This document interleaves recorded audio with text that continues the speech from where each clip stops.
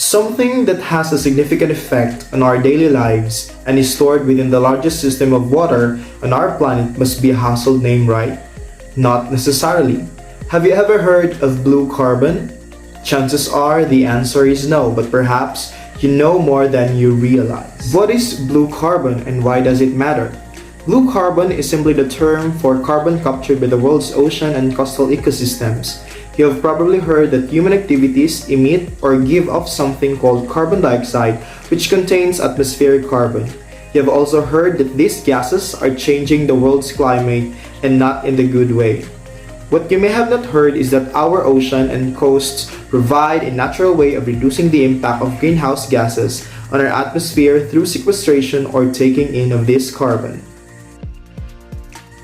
Seagrasses, mangroves, and salt marshes along our coast capture and hold carbon, acting as something called carbon sink. These coastal systems, though much smaller in size than the planet's forest, sequester this carbon at a much faster rate and can continue to do so for millions of years. Most of the carbon taken up by these ecosystems is stored below the ground where we can see it, but it is still there. The carbon found in coastal soil is often thousands of years old. The bigger picture of blue carbon is one of coastal habitat conservation.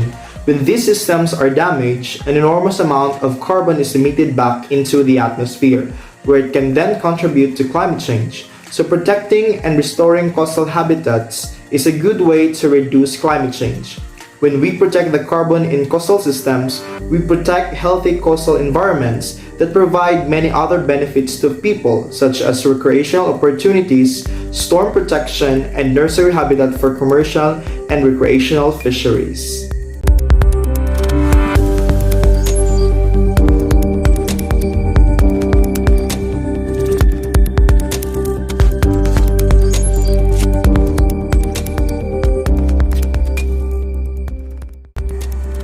One method of slowing down the climate change impacts is to incorporate coastal wetlands into the carbon market through the buying and selling of carbon offsets.